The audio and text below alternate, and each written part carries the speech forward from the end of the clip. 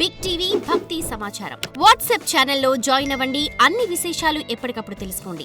నమస్కారం గురుగారు. అఖండ ఐశ్వర్యమస్తు, ఆనంద సిద్ధిరస్తు. గురుగారు, సంక్రాంతి అంటేనే కోడి పందాలు మనందరికి కూడా తెలిసిందే. ఆంధ్రాలో ఇప్పటికీ స్టార్ట్ అయిపోయాయి కూడా. అయితే గురుగారు, కోడి పందాలు స్టార్ట్ చేసే ముందు కోళ్ళకు కూడా జాతకాలు చూస్తారు అనేది విన్నాము. కుక్కట శాస్త్రం అనేది నిజంగానే అది ఉందండి? శాస్త్రంలో లేదు అది, బట్ కుక్కుట శాస్త్రం ఎవరు చేశారు కూడా ఇంతవరకు తెలియదు. మాకు తెలియదు, ఎక్కడ వెతికినా దొరకదు అది. బట్ కుక్కుట శాస్త్రం అనేది ఉంది. అంటే కోడి పందాలు, ఇంకోటి 27 నక్షత్రాల కోళ్ళు ఉంటాయి. నక్షత్రానికి ఒక కోడిలాగా ఉంటుంది. కాకి కోడి అని, నెమలి కోడి అని, పిట్ట కోడి అని, అంటే 27 రకాల నక్షత్రాలకి కోళ్ళు ఉంటాయి. అలా కుక్కుట శాస్త్రం మేము చూశాను. శాస్త్ర పుస్తకం ఇక్కడ ఆధారం లేదు, కానీ ఎవడో రాసింది మాత్రం అది బయటకు వచ్చింది. అది నాకు తెలిసి ఒక 100 ఏళ్ళు ఎంతో అయినట్టుంది అది. దాని ఆధారంగా కోళ్ళ పందాలు బాగా కాస్తాయి. నన్ను కూడా చాలామంది అడిగారు, గురుగారు ఏ నక్షత్రం కోడి గెలుస్తారని కూడా అడిగారు. నాకు అర్థం కాలేదు, ఏ నక్షత్రం కోడి గెలవడం ఏంటారు అంటే, నేను లోపలికి వెళ్తే అప్పుడు తెలిసి నాకు 27 నక్షత్రాల కోళ్ళు ఉన్నాయని చెప్పేసి. నెమలికలతో నెమలి కోడి ఉందని చెప్పారు, డేగ కోడి, కోతి కోడి కూడా ఉందట. కోతి కోడి కూడా ఉందని చెప్తారు. కోడి ఇన్ని రకాల 27 రకాలు, అసలు కోళ్ళల్లో 74 రకాల కోళ్ళు ఉన్నాయి. దాన్ని ఒక విభాగాలు చేసుకొని 20 నక్షత్రాలు అంటగట్టారు. అశ్విని నక్షత్రం ఈ కోళ్ళు ఉంటాయి, ఈ కోళ్ళు అని చెప్పేసి. ఇంకోషన్ తెలిసొస్తారు కదా మీకు, ఈసారి గెలిచే కోళ్ళు కూడా కొట్టుంటారు నాకు కనబడ్డా. ఇప్పుడు చెప్తే మీరు కొట్టుకుంటారేమో. నేను కూడా చూశాను గురుగారు. సో నాకు ఆశ్చర్యం అనిపిస్తుంది. కుక్కుట శాస్త్రం అనేది కానీ ఎవరు రాసింది కాదు అది. శాస్త్రంలో ధర్మశాస్త్రాలు ఎక్కడ దాని గురించి చెప్పలేదు, కానీ కొంతమంది దాని గురించి మరి పరిశోధన చేసి ఉండవచ్చు మేబీ. బట్ ఆ కుక్కుట శాస్త్రం గురించి మాత్రం నేను కూడా విన్నాను.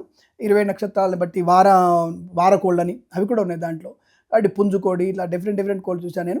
అది శాస్త్రం ఉంది, మరి దానికి నిజ నిర్ధారణ అనేది మాకైతే కనబడలేదు. బట్ దాన్ని అవలంబిస్తారు, చాలామంది దాన్ని ఫాలో అవుతున్నారు, కొంతమంది సక్సెస్ కూడా అయ్యారు ఈసారి. అంటే గురుగారు, కోడి కలర్ని చూసి, ఆ మెడ వంపుల్ని చూసి అది గెలుస్తుందా లేదా, తన నక్షత్రం చూసి చెప్పొచ్చు అనేది అసలు వాస్తవమా? నేను అంటే ఒకటి లేదు అని చెప్పడానికి నాకు ఆధారం లేదు, ఉంది అని చెప్పడానికి అర్హత కూడా లేదు. ఎందుకంటే శాస్త్రంలో ఎక్కడ లేదు అది. లేదని చెప్పడానికి అంటే ఒక 100 ఏళ్ల నుంచి అది కనపడుతుంది కుక్కుట శాస్త్రం అని. సో ఇంకోటి దాని కూతని బట్టి కూడా చెప్పొచ్చట, దాని శబ్దాన్ని బట్టి కూడా అది గెలుస్తుందని చెప్పొచ్చట. అంతటి బలం ఉంది. అంటే మేబీ పరిశోధన చేసి ఉంటారు ఎవరైనా, చేయకుండా రాదు కదా. ఇప్పుడు నిప్పులేందే పొగ రాదు కదా. కాబట్టి శాస్త్రంలో చేసి ఉంటారు. బట్ వేదంలో కానీ, మూల గ్రంథాల్లో కానీ, పురాణాల్లో కానీ అటువంటి శాస్త్రం ఎక్కడ చెప్పబడలేదు. బట్ దాన్ని ఫాలో అవుతున్న వాళ్ళు మాత్రం చాలా ఉన్నాయి. ఇప్పుడు గ్రిగేరియన్ క్యాలెండర్ ఉంది, అది ధర్మశాస్త్రం లేదు. తర్వాత అంబా అని ఒక ఆవిడ, అది ఒక కళ్ళేని ఆవిడ జాతకాలు చెప్తుంది. ఆవిడ గురించి కూడా ఎక్కడ మనకి ధర్మశాస్త్రం లేదు.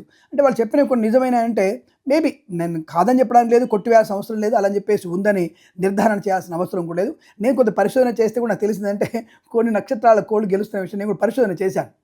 ఈ రకమైనటువంటి కలర్ వల్ల, అంటే శని, కుజుడు, బుధుడు, శుక్రుడు ఉన్నటువంటి కారణాల వల్ల ఈ కోళ్ళు గెలుస్తాయనే విషయం నేను కూడా కొంత పరిశోధన చేశాను. నేను కూడా అంటే నాకు తెలిసినంత వరకు వృషభ రాశి కోళ్ళు గెలిచే అవకాశం ఎక్కువగా ఉంటాయి. అది మాత్రం నేను కొంత తెలుసుకున్నాను. అంటే వృషభ రాశి ఒకటి, మకర రాశి ఒకటి, ఆ కోళ్ళు గెలిచే అవకాశం కొంత కనబడుతోంది.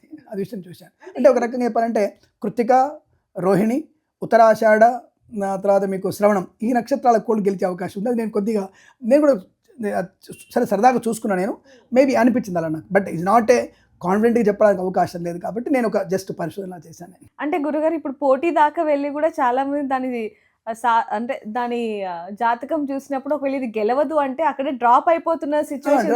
చాలా మంది డ్రాప్ అయిపోతున్నారు. అమ్మో తెలియగల వీళ్ళు డ్రాప్ అవ్వట్లేదు. వీళ్ళు ఒక్కొక్కరు 7 కోళ్ళను పెంచుతారు. 7 కోళ్ళను పెంచి ఏదో షేర్ మార్కెట్లో కనుక 7 షేర్లు కొన్నట్టుగా వీళ్ళు 7 కోళ్ళని ఫస్ట్ నుంచి మేపుతున్నారు. ఫస్ట్ స్టార్టింగ్ నుంచి ఇక రేపు చైత్రమాసం స్టార్ట్ చేస్తారు ఇక కోళ్ళు కొనుక్కోవడం. కోళ్ళు కొనేసి పుంజులు తయారు చేస్తారు. దానికి నెలకు ఒక 10,000 ఖర్చు పెడుతున్నారు ఒక్కొక్క కోడికి. అలా ఖర్చు పెట్టే వాళ్ళు చాలామంది ఉన్నారు. కాబట్టి 7 కోళ్ళని రంగంలో దిప్పుతున్నారు. సరే 3 ఓడిపోయినా 4 గెలుస్తాయి కదా.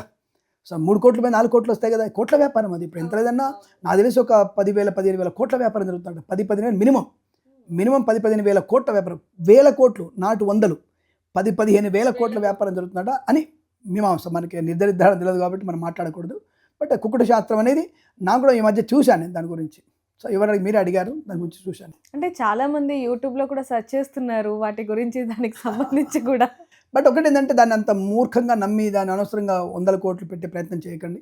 అలాగే కోళ్ళని కూడా కత్తులు కట్టి హింసించేటువంటి సంప్రదాయం మనకి. అందుకే మన సంప్రదాయంలోకి వేరే మతాల వాళ్ళు చొచ్చుకొని వచ్చేసి మన సంప్రదాయాలు నాశనం చేస్తున్నారు. అంటే మనల్ని ఉసిగొలుపుతూ, ఇప్పుడు దీపావళి ఎలా అయిపోయింది 12 వరకు అని, ఇప్పుడు 10 వరకే అని, రేపు ఫ్యూచర్లో అసలు దీపావళి పండుగ ఓన్లీ దీపాలు పెట్టుకోవాలని, తర్వాత దీపాలు లేదని ఇప్పుడు మనం చేస్తున్నాం. ఇప్పుడు బంగ్లాదేశ్, సరే నిజమని నాకు తెలియదు, నేను డైరెక్ట్ చెప్తాను. నేను బంగ్లాదేశ్లో సంక్రాంతి పండుగ జరుపుకోవద్దు మీరు అని చెప్పేసి అనౌన్స్ చేస్తున్న వీడియోలు బయటికి వచ్చేసాయి.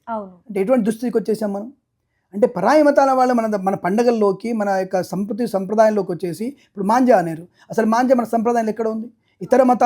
కేవలం ఇతర మతాల వాళ్ళు తయారైనటువంటి దాని వల్లనే మాత్రమే మన పండుగ నాశనం అవుతుంది. అందుకేనంట నేను, మన మతాలలో ఉన్నటువంటి వ్యక్తులు కూడా వాడు మూత్రం పోషిస్తున్నాడు, ఉమ్మేసిస్తున్నాడు, అయినా సిగ్గు లేకుండా కొనుక్కుంటున్నాం. నీ ధర్మ ప్రకారంగా, నీ ధర్మంగా నువ్వు చేసే పవిత్రమైన పూజకి ఎవరు అమ్ముతున్నారు? బొట్టు పెట్టుకున్నాడా లేదా, వాడు అమ్ముతున్నాడా లేదా? అటువంటి దగ్గరే కొనండి. పోయేదే ఉంది. వాడి మతాలను వాడు కొనుక్కుంటాడు, వాడు కొనేవాడు వాళ్ళకు ఉంటారు, మనకెందుకు ఇబ్బంది? నువ్వు ఎప్పుడైతే నువ్వు ధర్మం వైపు తిరుగుతావో అధర్మం అనేది నీ లోపలికి రాదుగా. కాబట్టి అటువంటి విషయాలు మీరు జాగ్రత్తగా ఉండే ప్రయత్నం చేసి, ఈ మాంజాలు ఇవన్నీ కూడా వేరే మతాల వాళ్ళు తయారు చేస్తూ మన పండగల్ని కింది నుంచి నరుక్కుంటూ వస్తున్నారు. జాగ్రత్త సుమా. ధర్మం ఎప్పటికైనా సరే ప్రమాదంలో పడిందంటే ఇతర మతాల వాళ్ళు మనలోకి జోక్యం చేసుకోవడమే. గుళ్ళల్లో, పూలల్లో, పళ్ళల్లో, అలాగే మాంజాలలో, దారంలో, ఇంకా ఇతర వస్త్రాలలో అనేక రకాల పర్ఫ్యూమ్స్ వాడమని. ధర్మంలో మన పర్ఫ్యూమ్ వాడే అవకాశం లేదు మనకి. హాయిగా పన్నీరు పోసుకొని స్నానం చేస్తారు శుభ్రంగా, బ్రహ్మాండ వాసన, గంధం చెక్క, అలాగే మనకి వట్టి వేళ్ళు వేసుకుంటే బ్రహ్మాండ వాసన వస్తుంది. కానీ దాన్ని వదిలేసి మనం పర్ఫ్యూమ్లోకి వెళ్ళబడ్డాం. ఇది పరాయి మతాల వాళ్ళది. అది రోగాన్ని కలిగిస్తుంది, చర్మ క్యాన్సర్ కలిగిస్తుంది. అయినా దాన్ని వాడుతున్నాం మనం. ఇది తయారు చేసేవాళ్ళు ఎవరు? ఎప్పుడు కూడా మన యొక్క సనాతన ధర్మాన్ని పాటించేవాడు తయారు చేయడు. నీకెందుకు? శుభ్రం గంధం ఉంది, మంచి గంధం ఉంది, పన్నీరు ఉంది, అలాగే మనకి వట్టి వేళ్ళ నీళ్ళు స్నానం చేస్తే ఇవాళ చేస్తే ఇప్పటిదాకా వాసన ఉంటుంది, మంచి వాసన. వట్టి వేళ్ళతో చేస్తే ఏం లేదు, నువ్వు నీళ్ళు మరిగి పెట్టేప్పుడు అందులో వేస్తే చాలు, బ్రహ్మాండంగా మరిగి ఆ నీళ్ళు వస్తాయి. ఆ సుగంధమైనటువంటి వాసన, చర్మ సంబంధమైనటువంటి అనారోగ్యం బయటపడేస్తుంది. అది మనం దాన్ని వదిలేసాం మనం. కాబట్టి అది ఆలోచించుకోండి, ఇదే చెప్తున్నాను నేను. కాబట్టి జాగ్రత్తగా పండుగలు చేసుకుంటే అద్భుతం. ఇలాంటి శాస్త్రాల్లో ఉన్నప్పటికీ కూడా మన జూదము ఏదైనా సరే పశువుని కానీ హింసించేటువంటి సంప్రదాయం, పశువుల్ని ప్రేమించి పూజించే సంప్రదాయం. ఆ విషయాన్ని గమనించుకుంటే మంచిదన్న విషయాన్ని గుర్తు చేసుకోండి. నేను ఒక మతానికి వ్యతిరేకం కాదు, కానీ నా సనాతన ధర్మాన్ని కించపరిచిన, కించిత్ తప్పుకదారి పట్టిన నేను కూడా పరశురాముడిగా మారే అవకాశం ఉంటుంది. ఆ విషయాన్ని గమనించుకుంటే చాలని చెప్పడం వరకే. మీరందరూ కూడా పరశురాముడిలాగా మారాలని, స్త్రీలు కూడా అందరూ అలాగే ఉండాలని కోరుకుంటూ సర్వేజన సుఖినో భవంతు. ప్రేమతో మీ కిరణ్ శర్మ.